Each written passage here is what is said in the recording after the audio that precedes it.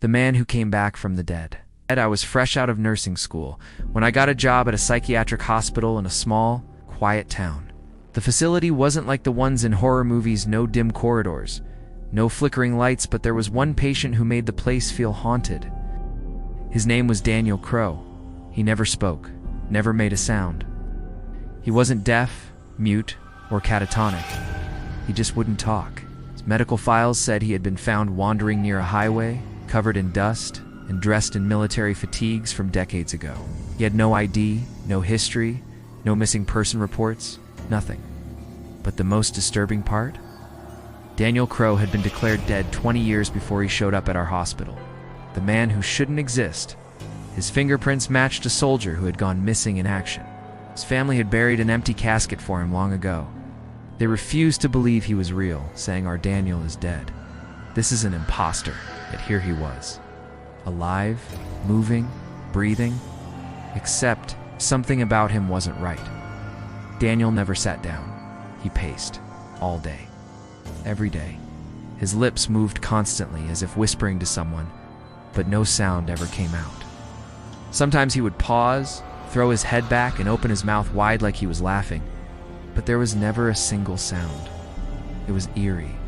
No medicine worked on him. He never ate much, yet he never lost weight. No therapy helped, responded to nothing. The doctors gave up, saying, as long as he's not harming himself or others, let him be. So we did. The shadows that followed. I worked the night shift one evening and had to check on Daniel. As I neared his room, I heard something unusual. Footsteps, but not his. There were too many, moving too fast.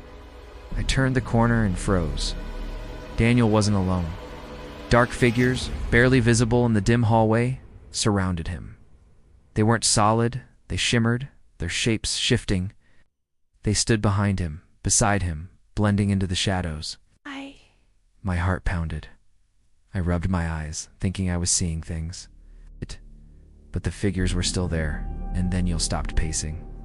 For the first time ever, he turned his head and looked directly at me. His lips curled into a smile. And then, in a deep, hollow voice that did not belong to him, he whispered, "You see them too, don't you?" I ran. The last laugh. I quit that job soon after, but I still see Daniel sometimes. In my dreams, in the reflection of a dark window, a tall figure, pacing, lips moving without sound, head thrown back in silent laughter. I don't know if he was ever human.